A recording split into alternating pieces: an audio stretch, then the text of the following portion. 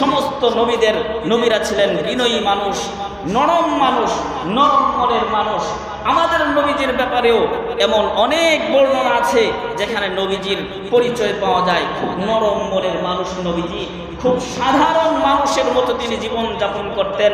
কেমন নরম, কেমন সাধারণ বলে, মজলিসের মধ্যে সাহাবীদের সাথে যদি আলোচনা করতেন বসে বসে, তখন বাহির থেকে যে নবীজিকে কোনোদিন দেখে নাই, পরিচয় পায় নাই, এমন মানুষ যদি মসজিদে নববীতে আসতো, তাহলে এসেই নবীজিকে চিনতে পারতো না, বরং সে প্রশ্ন করত, আইয়ুকুম মুহাম্মদ, তোমাদের মাঝে মুহাম্মদ কে?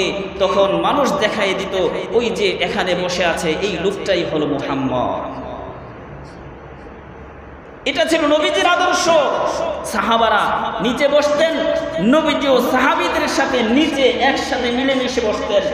কেউ এসে হঠাৎ কেউ দেখলে বুঝতো না, চিনতো না যে কোনটা মুহাম্মদ আর কোনটা আবু বকর, কোনটা কে।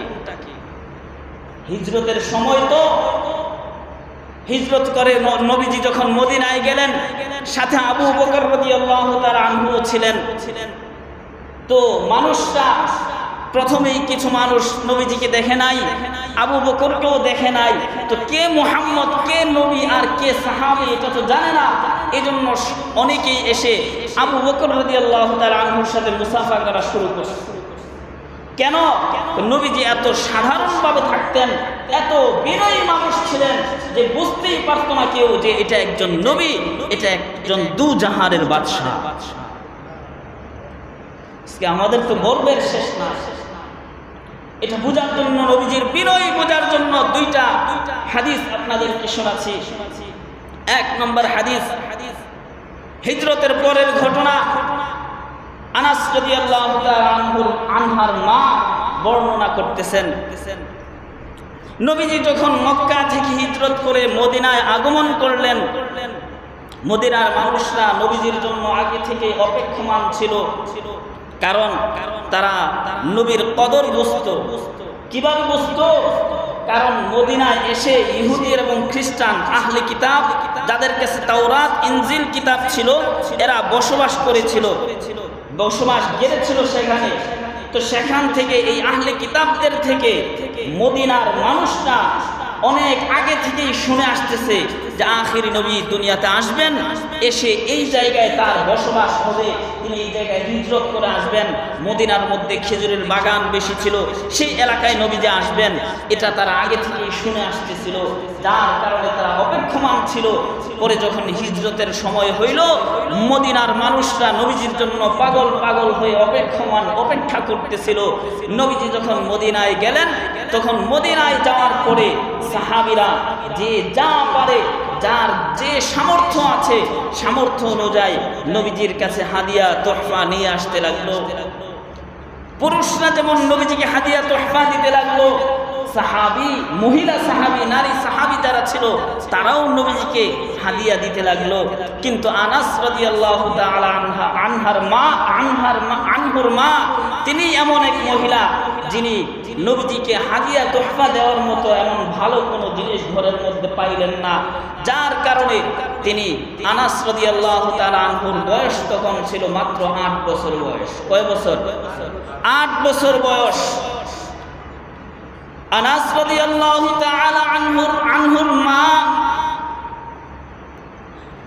8 বছরের সন্তান, শিশু সন্তান আনাস ইবনে মালিক রাদিয়াল্লাহু তাআলা আনহুর হাত ধরে নবীজি সাল্লাল্লাহু আলাইহি ওয়াসাল্লামের দরবারে চলে গেলেন আর বললেন, ইয়া রাসূলুল্লাহ, ইয়া হাবিবাল্লাহ, আপনি মদিনায় আসার পরে মদিনার পুরুষ এবং নারী সাহাবীরা আপনাকে হাদিয়া তোহফা দিয়েছে, কিন্তু আমি একমাত্র এমন নারী যেই নারীটা আপনাকে দামি কোনো হাদিয়া তোহফা দিতে পারি নাই, আমার এই সামর্থ্য নাই। এই জন্য আমার 8 বছরের বালক আনাস ইবনে মালিক আল-আনসারী রাদিয়াল্লাহু তাআলা আনহু, আমার এই ছোট বালকটাকে আপনার দরবারে নিয়ে এসেছি। ওগো আল্লাহর রাসূল, আপনার যত খিদমতের প্রয়োজন হয় আমার সন্তানটাকে আদেশ করবেন, আপনার খিদমতের জন্য আমি এই গোলামটাকে দিয়ে দিলাম। এবার আনাস ইবনে মালিক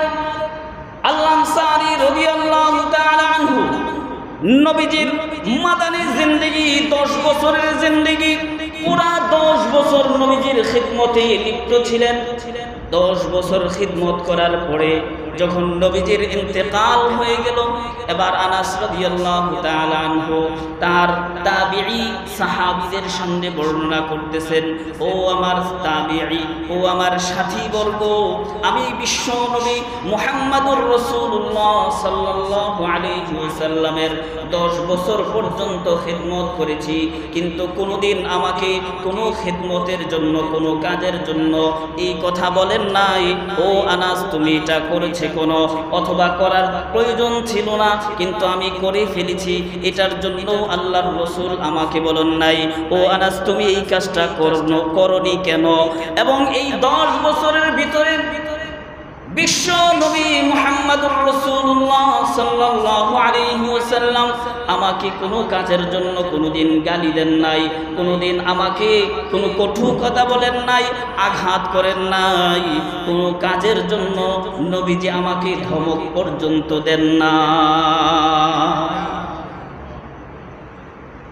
আমরা তো সাধারণত যদি আমি শ্রমিক নিয়োগ দেই, তাহলেও কাজ যদি ঠিক মতো না হয় তাহলে আমার মেজাজ 100-র উপরে চলে যায়, ধমকাইতে ধমকাইতে শেষ করে দিই।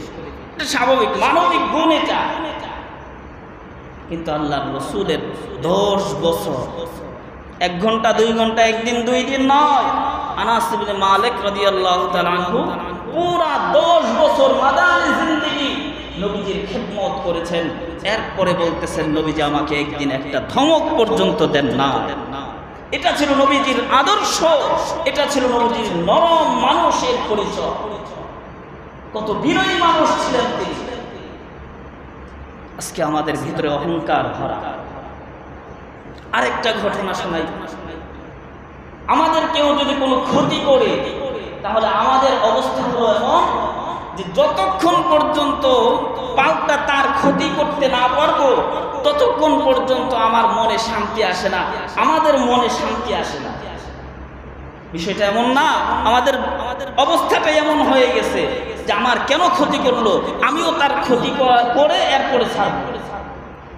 কিন্তু আল্লাহর রাসূল সাল্লাল্লাহু আলাইহি ওয়াসাল্লাম তার মদিনায় যাওয়ার পরে চির দুশমন যারা ছিল, সবচেয়ে ঘোরতর মারাত্মক দুশমন ছিল মুনাফিকরা। এই মুনাফিকদের সর্দার ছিল আব্দুল্লাহ ইবনে উবাই ইবনে সালুল, রাইসুল মুনাফিকিন। সেই আব্দুল্লাহ ইবনে উবাই তার মৃত্যুর যখন সময় চলে আসলো, সেই মৃত্যুর শয্যায় শায়িত, ওই মুহূর্তে তার ছেলে আবার কামিল মুমিন, পাক্কা ইমানদার, তার ছেলে নবীজির কাছে আসছে। এসেই বলতেছে, ইয়া রাসূলুল্লাহ, ইয়া হাবিবাল্লাহ, আমার বাবা মৃত্যু শয্যায় শায়িত, মুমূর্ষ অবস্থায় আছে, আমি চাই আপনি আমার বাবার জানাজার নামাজটা পড়ান। আবার আমি চাই, ওগো আল্লাহর রাসূল, আপনার জামাটা যেন আমার বাবার কাফনের কাপড় হয়ে যায়। আল্লাহর রাসূল সাল্লাল্লাহু আলাইহি ওয়াসাল্লাম এটাও জানতেন যে আব্দুল্লাহ ইবনে উবাই নবীজির ঘোর শত্রু, ইসলামের দুশমন, রাইসুল মুনাফিকিন। এটা জানা সত্ত্বেও যখন তার ছেলে এসে বলল, ওগো আল্লাহর রাসূল, আমি চাই আপনি তার জানাজার নামাজ পড়াবেন, আমি চাই তার কাফনটা যেন আপনার জামা দিয়ে হয়, কারণ যদি আপনার জামা দিয়ে কাফনটা হয় আর যদি আপনি জানাজার নামাজটা পড়েন, তাহলে আমার আশা যে আল্লাহ তাআলা এর উসিলায় আমার বাবাকে মাফ করে দিবে। আল্লাহর রাসূল সাল্লাল্লাহু আলাইহি ওয়াসাল্লাম আব্দুল্লাহ ইবনে উবাই এর ছেলের কথা শুনে নবীজি দেরি করলেন না, বরং নিজের জামা মুবারক খুলে তার সন্তানের হাতে তুলে দিলেন আর বললেন, যাও, এটা দিয়ে তোমার বাবার কাফন দিবা, আর যখন তোমার বাবার জানাজা প্রস্তুত হবে তো আমি নবীজিকে জানাইবা, আমি নবীজি তার জানাজার নামাজটুকু পড়িয়ে দিব। রাইসুল মুনাফিকিন, মুনাফিকদের সর্দার। এটা নবীজি নিজেও জানতেন, এরপরেও নবীজি নিজের জামা মুবারক দিয়ে দিলেন। এবার জানাজার যখন প্রস্তুত হয়েছে, গোসল দেওয়া শেষ, জানাজার নামাজের সময় হয়ে গেছে, ওই মুহূর্তে আব্দুল্লাহ ইবনে উবাইয়ের সন্তান নবীজির কাছে এসে জানাইল, ইয়া রাসূলুল্লাহ, আমার বাবার জানাজা প্রস্তুত হয়ে গেছে। এবার নবীজি যখন তার মসজিদ থেকে বের হইতে যাবেন, ওমর ফারুক রাদিয়াল্লাহু তাআলা আনহু পাশেই বসা ছিল। ওমর রাদিয়াল্লাহু তাআলা আনহু নবীজিকে দুই হাত দিয়ে এভাবে আঁকড়ে ধরলেন আর বললেন, ওগো আল্লাহর রাসূল, আপনি কোথায় যান? বলে, নামাজ পড়াইতে যাই, জানাজার নামাজ পড়াইতে যাই। ওমর রাদিয়াল্লাহু তাআলা আনহু বললেন, ওগো আল্লাহর রাসূল, আপনিও তো জানেন, আমরাও জানি, এটা হলো রাইসুল মুনাফিকিন, মুনাফিকদের সর্দার। আর আল্লাহ তাআলা মুনাফিকদের ব্যাপারে বলছেন, ইন তাস্তাগফির লাহুম ৭০ মাররাতান ফালাই ইয়াগফিরাল্লাহু লাহুম। ওগো আল্লাহর রাসূল, আপনি যদি মুনাফিকদের জন্য ৭০ বার মাফ চান, তাহলে আমি আল্লাহ মাফ করব না। এবার নবীজি উমরকে বলতেছেন, ও উমর, আল্লাহ তাআলা তো বলছেন ৭০ বারের কথা, আমি যদি ৭১ বার বা তার চেয়েও বেশি যদি তার জন্য ক্ষমা চাই, তবে আল্লাহ তাআলা যদি মাফ করে দেন, তাহলে আমি নবী ৭১ বার বা তার চেয়েও বেশি ক্ষমা চাবো, যেন আমার একটা উম্মত জাহান্নামী না হয়ে যায়। এত ফিকির নবীজির ছিল। এবার নবীজি সাল্লাল্লাহু আলাইহি ওয়াসাল্লাম চলে গেলেন জানাজার নামাজ পড়ানোর জন্য। রাইসুল মুনাফিকদের সর্দারের জানাজা পড়ানোর জন্য গেলেন, জানাজা পড়াইলেন। জানাজা পড়ানোর পরে দাফন কাফনের পরে আল্লাহর রাসূল দোয়ার জন্য কবরের পাশেই হাঁটতেছেন, সাহাবীরাও তার সাথে চলতেছে। ওই মুহূর্তে আল্লাহ তাআলা জিবরিলকে পাঠাই দিলেন। অপরদিকে ওমর ফারুক রাদিয়াল্লাহু তাআলা আনহু নবীজিকে বাধা দিয়ে চিন্তায় পড়ে গেলেন, না জানি আমি কোনো অন্যায় করে ফেললাম নাকি। আমি ওমর তো জানি না কার জানাজা নবীজি পড়বেন আর পড়বেন না, আল্লাহর রাসূল ভালো জানেন, সুতরাং আমি বাধা দিয়ে কোনো অপরাধ করলাম নাকি। এবার আল্লাহ তাআলা ওমর রাদিয়াল্লাহু তাআলা আনহুর সমর্থনে আয়াত দিয়ে জিবরিলকে পাঠায়া দিলেন, আর আয়াত এনে নবীজির কাছে শুনিয়ে দিলেন, ওয়ালা তুসাল্লি আলা আহাদিম মিনহুম মাতা আলা কবরিন ওয়ালা তুসাল্লি আলা আহাদিম মিনহুম মাতা আবাদা ওয়ালা তাকুম আলা কবরি। ওগো আল্লাহর রাসূল, আপনি মুনাফিকরা মারা গেলে তাদের জানাজার নামাজ পড়বেন না এবং তাদের কবরের পাশে দাঁড়িয়ে আপনি নবী দোয়া পর্যন্ত করবেন না।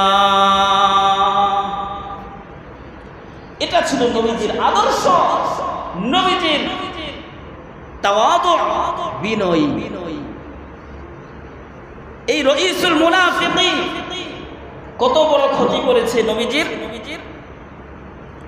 নবীজির প্রিয়তমা স্ত্রী আম্মা জান আয়েশা রাদিয়াল্লাহু তাআলা আনহা, তার উপর এই আব্দুল্লাহ ইবনে উবাই অপবাদ দিয়েছে যে আয়েশা রাদিয়াল্লাহু তাআলা আনহা নাকি জিনায় লিপ্ত হয়েছে, নাউযুবিল্লাহি মিন যালিক।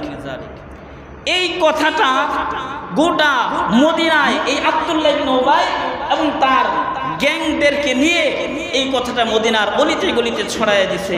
নবীজির কানে যখন গেছে, তো নবীজির প্রথম অবস্থায় তো তিনি ওয়াহী ছাড়া কোনো কথা বলেন না, এই জন্য নবীজি চুপচাপ রইলেন।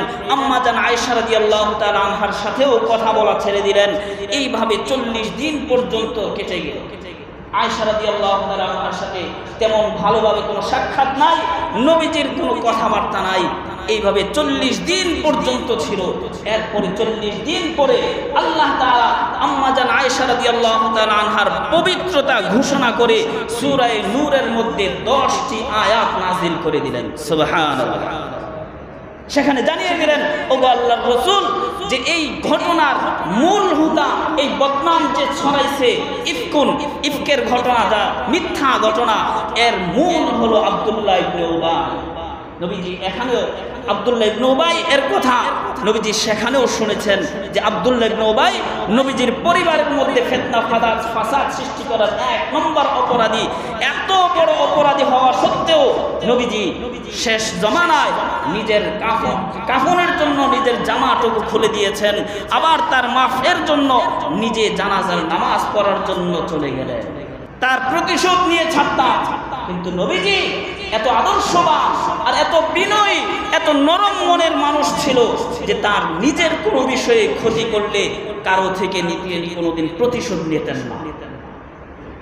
নিজের ক্ষতি হইলে এটার প্রতিশোধ নিতেন না, তবে আল্লাহর বিধানের ক্ষেত্রে তিনি কোনো ছাড় দিতেন না।